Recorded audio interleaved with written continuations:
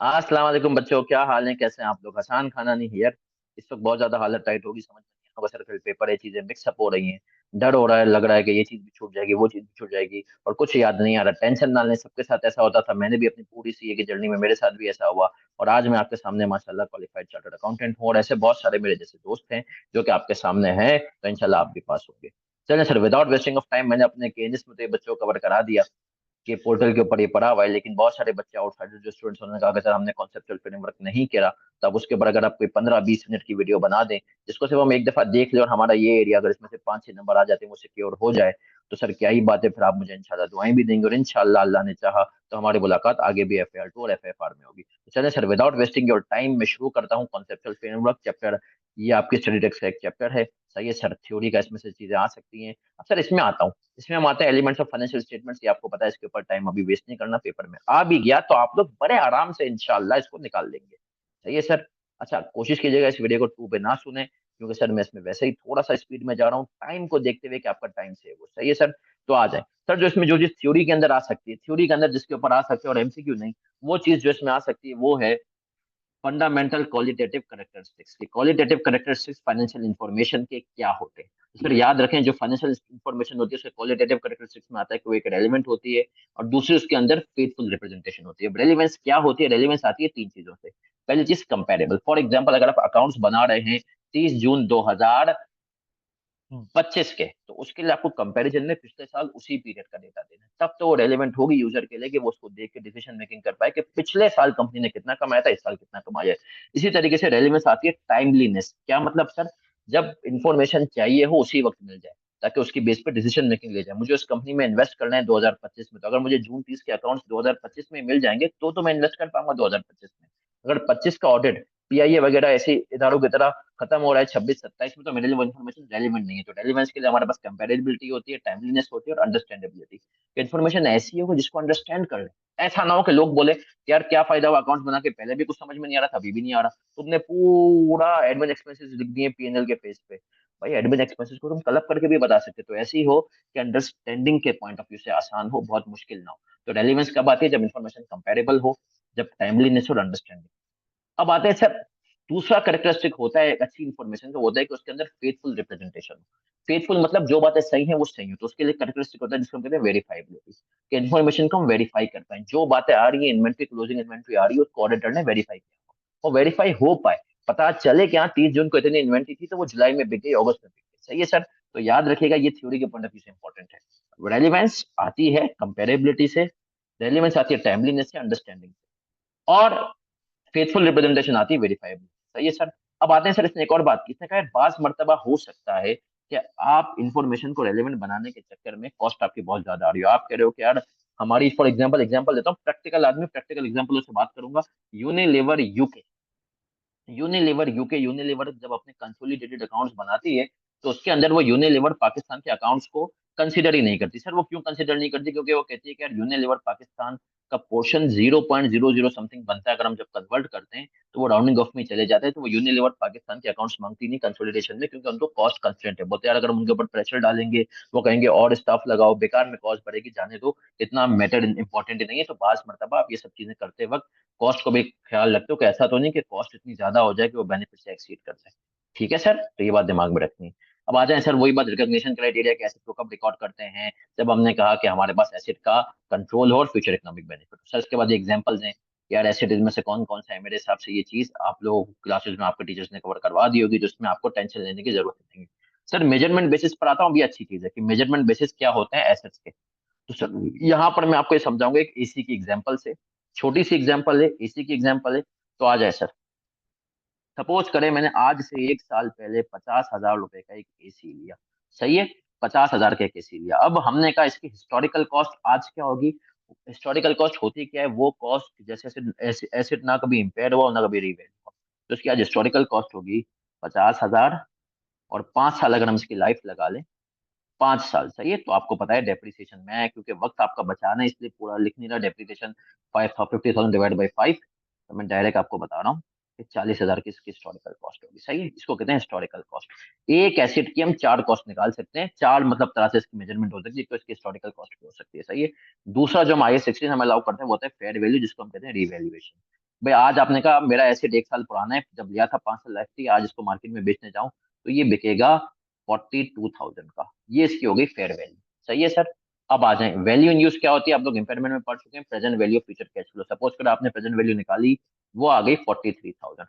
अब फिर जो चीज नहीं है ना आप लोगों के लिए, अच्छा ये तीनों चीजें हम करंट वैल्यू अगर पूछे ना मेजरमेंट बेसिस में करंट वैल्यू मेजरमेंट क्या होती है, तो उसमें फेयर वैल्यू का भी जिक्र करना है, वैल्यू यूज का भी, करंट कॉस्ट का भी।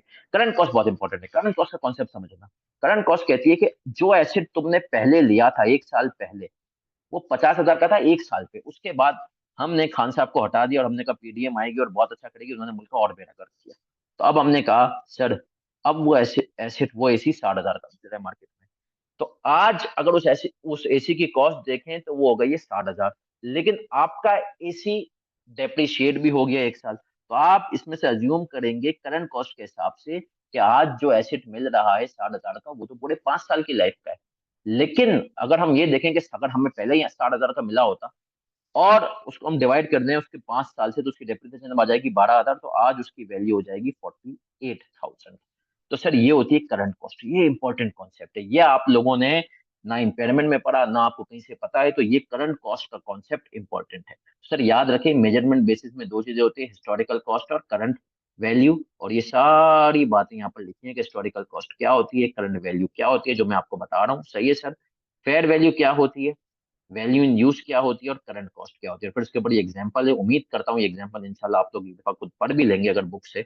बुक का पेज नंबर 383 समझ में आ जाएगी, और अगर टाइम नहीं तो ना पढ़ो, जो मैंने समझा दिया कि करंट कॉस्ट क्या होती है, उस एसेट की आज की कॉस्ट माइनस अब तक की डेप्रिसिएशन लगा देंगे, उस कॉस्ट को अज्यूम करते हुए, जैसे वही कॉस्ट आज अगर ने एसेट खरीदा होता उसी कॉस्ट पे, तो पहले फॉर एग्जाम्पल एसी मैंने कहा 1 साल पहले 50 का किया था, अगर हम आज के हिसाब से देंगे तो वो 60 का होता, तो इसमें से 1 साल की डेप्रिसिएशन माइनस कर दी। ठीक है सर। अब मैं आ जाऊंगा, अब यही इसके ऊपर उसने मेजरमेंट बेसिस और ये सारे जो है ना काम कर दिए, सारी बातें आपको बता दी। सही है सर। और ये सवाल देखने थ्योरी में हो सकता है आ जाए, मुश्किल है थ्योरी में आए कि आप बता दें मेजरमेंट बेसिस क्या होती है। चले सर। अब इसके बाद मैं आऊंगा कॉन्सेप्ट ऑफ फिजिकल मेंटेनेंस। हाँ, सही है। And capital maintenance. सबसे पहले तो इसके लिए बेसिक अकाउंटिंग इक्वेशन हम पढ़ते हैं। ये कहता है asset is equal to liabilities plus equity, आपको पता है ठीक है। इसी तरीके से इक्विटी क्या होती है, एसेट्स माइनस लाइबिलिटीज। अब इसने कहा साल का अगर मुझे प्रॉफिट निकालना हो, तो उसको प्रॉफिट को निकालने के तरीके क्या होते हैं ये आपको पता है, आप चेंजेस इन इक्विटी पढ़ चुके हैं। अगर साल के दौरान कोई डिविडेंड वगैरह कुछ भी डिक्लेयर नहीं हुआ, कोई एडिशनल इन्वेस्टमेंट नहीं है, नया शेयर कैपिटल इशू नहीं हुआ, तो आप बोलेंगे यार क्लोजिंग इक्विटी लूंगा, ओपनिंग इक्विटी। क्लोजिंग में लूंगा अगर टोटल इक्विटी साइड का टोटल, बेसिकली शेयर कैपिटल तो वही रहेगा। रिटेन अर्निंग में जो भी मूवमेंट होगी वो बेसिकली क्या होगी, क्लोजिंग और ओपनिंग का डिफरेंस होगी, वो प्रॉफिट आ गया। बट अगर साल के दौरान अब आपने कहा कि यार चेंज इन इक्विटी ये होती है, अब आपने कहा मुझे इंक्रीज इन इक्विटी निकालना हो कि साल के दौरान इक्विटी बढ़ी कैसे, टोटल इक्विटी बढ़ी कैसे, तो आप बोलेंगे भाई इक्विटी बढ़ती कैसे है, प्रॉफिट से, हाँ। नया कैपिटल इन्वेस्टमेंट हो जाए, हाँ। और डिस्ट्रीब्यूशन मतलब डिविडेंड दिया जाए तो इक्विटी कम होती है, तो नेट इक्विटी आप ऐसे निकाल सकते हैं कि profit opening plus profit plus new share issue, new capital issue minus dividend, तो ये आपके पास इक्विटी आ जाती है। आपको आपके टीचर ने यकीनन बताया हुआ होगा, है ना सर। चेंजेस इन इक्विटी वाले ने, सही। फिर हम आते हैं, अगर आपको इसी इक्वेशन से प्रॉफिट निकालना हो तो प्रॉफिट कैसे आ जाएगा, increase in equity minus capital introduce plus distribution. Basically आपको अब बैकवर्ड वर्किंग करवा रहा है कि अगर आपने एक स्टेटमेंट बनाई, ओपनिंग बैलेंस, प्रॉफिट, डिविडेंड और क्लोजिंग बैलेंस, है ना सर। तो इसने कहा अगर आपको प्रॉफिट की फिगर निकालनी हो तो आपको पता है ये आपके पास ओपनिंग बैलेंस होता है, ये डिविडेंड माइनस होता है और ये क्लोजिंग बैलेंस होता है। तो अब अगर आपको ये बैलेंसिंग फिगर निकालनी है तो उसके लिए ये फॉर्मूला है। सही है सर। कि इस तरीके से, और इसमें एक और चीज डाल दी कि अगर इसमें नया कोई शेयर कैपिटल इशू आ गया तो शेयर कैपिटल इशू भी आप इसमें डाल दें तो ये आपके पास टोटल आ जाएगा। सही है सर। इसमें एक इजाफी चीज तो आपने कहा अब आपको इस तरीके से उठा लेना है कि किस तरीके से हमें इस इक्वेशन को दिमाग में रखना है। तो ये बेसिकली प्रॉफिट निकालने का फॉर्मूला मैंने आपको बताया। अभी मैं फिजिकल और कैपिटल मेंटेनेंस पे नहीं, अफसर आ जाए। कैपिटल मेंटेनेंस यही बताती है कि यार इक्विटी के अंदर इजाफा कैसे हुआ। अब इसकी सर दो फॉर्म्स है, एक है फाइनेंशियल, एक है फिजिकल। अब सर ये सारी चीजें मैं आपको बता रहा हूँ, वर्ल्डिंग से मैंने क्लास में करवाई थी। अब सर देखिए, फाइनेंस फाइनेंशियल के अंदर दो चीजें, मॉनेटरी और रियल। अब सर सुनिएगा, मॉनेटरी क्या होती है और रियल क्या होती है, मैं आपको बताता हूँ। मॉनेटरी होती है कि आप में जिसमें आप ये अज्यूम करते हैं कि इन्फ्लेशन वगैरह को सबको साइड में रखो, एक जनरल इम्पैक्ट लगाते हैं। फॉर एग्जाम्पल मैं आपको इसकी एग्जाम्पल को ड्राफ्ट करके भी बता देता हूँ। चलिए बच्चों, मैं आपको एक एग्जाम्पल से समझा देता हूँ। Capital maintenance, physical capital maintenance क्या होती है और फाइनेंशियल क्या होती है, आईकेप की स्ट्रेट एक एग्जांपल देता हूँ, सुकून से समझिएगा। ये आखिरी चीजें अगर ये आपने समझ लिया तो इंशाल्लाह इंशाल्लाह ये टॉपिक आपका बिल्कुल ही क्लियर हो जाएगा। चलें सर, तो विदाउट वेस्टिंग टाइम मैं आपको इसकी तरफ लेकर के चलता हूँ। Clearly starts in business on 1 January year 1। ठीक है सर। Clearly, sole shareholder contributed capital of rupees 1000 carry, बल्कि can carry purchase one item of inventory of rupees 1000 and sold the inventory for cash 14,000. At the end of year one, the replacement cost of the same inventory is rupees 1100. General inflation during the year was 7%. अब हम इसको करेंगे financial capital maintenance, historical cost accounting उसमें एक होता है जिसको हम कहते हैं मॉनेटरी टर्म्स भी। सही है सर। और कांस्टेंट परचेजिंग पावर जिसको हम कहते हैं रियल टर्म्स भी। अब सर ये एग्जांपल को तुम सब एक दफा यहाँ पर चाहो तो स्क्रीन को रोक करके पढ़ो और फिर स्टार्ट पे आ जाओ। देखिए सर, कैपिटल में हमें बेसिकली फाइनेंशियल और फिजिकल कैपिटल मेंटेनेंस में अब बुनियाद समझो, हमें बेसिकली वो अमाउंट निकालना है जो कि हम आराम से शेयर होल्डर को डिस्ट्रीब्यूट कर सकते हैं एज डिविडेंड। सही है सर। आराम से शेयर होल्डर को हम डिस्ट्रीब्यूट कर सकते हैं एज डिविडेंड जब हम फाइनेंशियल कैपिटल मेंटेनेंस करते हैं मॉनेटरी टर्म्स में। सही है। मनी टर्म्स में। तो मनी टर्म्स का मतलब क्या होता है, जिसको हम हिस्टोरिकल कॉस्ट भी कहते हैं, कि आप फ्यूचर की छोड़ो और आप शेयर होल्डर को जो प्रॉफिट आ रहा है वो ट्रांसफर करो, डिविडेंड की सूरत में बांट। सही है सर। इन्फ्लेशन की छोड़ो। अब इधर देख लो, इधर देख लो बच्चों, इस एग्जांपल से तो मैं समझाऊंगा। देखिए सर, हमारे पास शेयर कैपिटल शुरू में था 1000 का। हमारे पास से बताया जाए ना कि 1000 रुपए इन्वेस्ट किए। अब मैं इसको जरा समझाऊंगा एक गहराई से। सही है। शुरू में अगर शेयर कैपिटल हमारे पास 1000 रुपए का था तो पहले मैं आ रहा हूँ historical cost accounting financial capital real term में। इसने कहा देखो 1400 रुपए में तुमने सेल्स की, 1000 रुपए जो है उसकी कॉस्ट थी, 400 रुपए बचे। तो 1000 रुपए, ये 400 रुपए, ये बेसिकली आपको निकालना होगा पेपर में रिजर्व की फिगर, या ये टोटल 1000 रुपए शुरू में थे, 400 रुपए आपके पास आए, टोटल 1400 थे, और इस अमाउंट को रिजर्व का मतलब ये कि आप डिविडेंड के तौर पे बांट सकते हो। सही है सर। ये 400 रुपए अगर आप historical cost accounting principle follow कर रहे हो, फाइनेंशियल कैपिटल मेंटेनेंस में हिस्टोरिकल कॉस्ट फॉलो कर रहे हो, तो आप 400 रुपए शेयर होल्डर्स को बांट दो। अब आता हूँ सर, ये वाली चीज समझना, कांस्टेंट परचेजिंग पावर अकाउंटिंग जिसको हम कहते हैं रियल टर्म, जिसके ऊपर आ जाओ।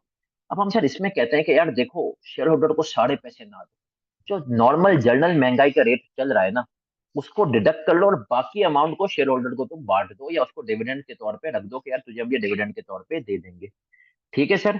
तो यहाँ पर हम जो जनरल इन्फ्लेशन का रेट होता है ना उसको एडजस्ट करते हैं। वही सवाल है, इधर आ जाओ।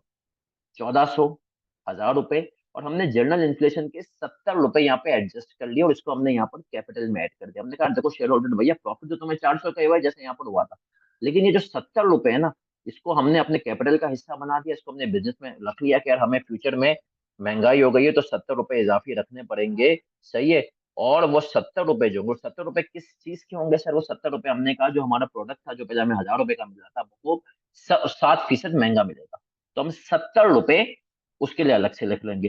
तो हमने कहा अब हमें 1070 हमारे पास होंगे ताकि हम 1070 का मार्केट में प्रोडक्ट लेके अगले साल फिर बेच सके। सही है सर। तो इसीलिए हम उसको कहेंगे भाई 330 रुपए तो रख ले, 330 रुपए तुझे बांटने के लिए दे दिया। सही है सर। अब आ जाता हूँ फिजिकल कैपिटल मेंटेनेंस। और ये फिजिकल कैपिटल मेंटेनेंस में वो कहता है कि यार तुम जनरल इन्फ्लेशन के ऊपर ना जाओ, तुम जो प्रोडक्ट स्पेसिफिक इन्फ्लेशन है ना, कि यार देखो महंगाई तो 7% बढ़ गई, लेकिन हमने कहा हो सकता है कोई प्रोडक्ट के ऊपर 5% महंगाई हो, कुछ के ऊपर 25%, जैसे हमारे मुल्क में आजकल सिगरेट और कोल्ड ड्रिंक वगैरह पे हो रहा है। तो अब हमने कहा सर उसके केस में हम क्या करेंगे, उसके केस में फिजिकल कैपिटल में कॉन्सेप्ट वही है, 1400 और 1000। लेकिन सर अब दूसरा में खुद कह दिया था कि जो ये प्रोडक्ट है हमारा, ये मार्केट में अभी इसकी रिप्लेसमेंट कॉस्ट हो गई है, तो ये जो 1000 रुपए का हमने इन्वेंट्री खरीदी थी अभी 1100 की चल रही है, तो हमने 1000 रुपए काट लिए। तो यहाँ पर 300 रुपए रिजर्व में हमने शेयर होल्डर के लिए बांटने के लिए रख दिए कि अगर वो हमसे डिविडेंड मांगेगा तो हम उसको बोलेंगे ये 300 रुपए ये। तो नहीं तुमने पढ़ा हुआ है अनएप्रोप्रिएटेड प्रॉफिट, रिटेन अर्निंग, उसके लिए वो बता रहा है। तो सर डिफरेंस याद रखना, हिस्टोरिकल कॉस्ट अकाउंटिंग में मनी मनी टर्म्स के अंदर फाइनेंशियल कैपिटल मेंटेनेंस में कोई इन्फ्लेशन एडजस्टमेंट नहीं करते। परचेजिंग पावर अकाउंटिंग में और रियल टर्म्स के अंदर जनरल इन्फ्लेशन को माइनस कर देते हैं प्रॉफिट में से और कहते हैं बाकी अमाउंट रिजर्व में, और जो जनरल इन्फ्लेशन का अमाउंट होता है जिसको हमने माइनस किया उसको हम ऐड कर देते हैं कैपिटल में कि फ्यूचर में हमें परचेज करने के लिए करना चाहिए होगा। इसी तरीके से जो फिजिकल कैपिटल मेंटेनेंस होती है, उसमें उसमें उसमें हम जो है क्या करते हैं सर, हम जर्नल को नहीं देखते, प्रोडक्ट स्पेसिफिक को माइनस करते हैं सर। इसके अंदर ये एक इंपॉर्टेंट चीज था, सही है सर। और बेसिकली ये पिछले अटेम्प्ट का सवाल है, आपके लिए जितना उम्मीद करता हूँ क्लास में आपको करा दिया होगा, इतना ही रखें। कोई भी मसला हो तो सर से इस नंबर पे आप रब्ता कर सकते हैं, फ्यूचर के पेपर के हवाले से FAR 1 में। अगर रात भर में कोई चीज पूछे तो मुझसे इस नंबर पर रब्ता कर सकते हैं। अपना बहुत ही ज्यादा ख्याल रखिएगा, दुआ में याद रखिएगा। अल्लाह हाफिज।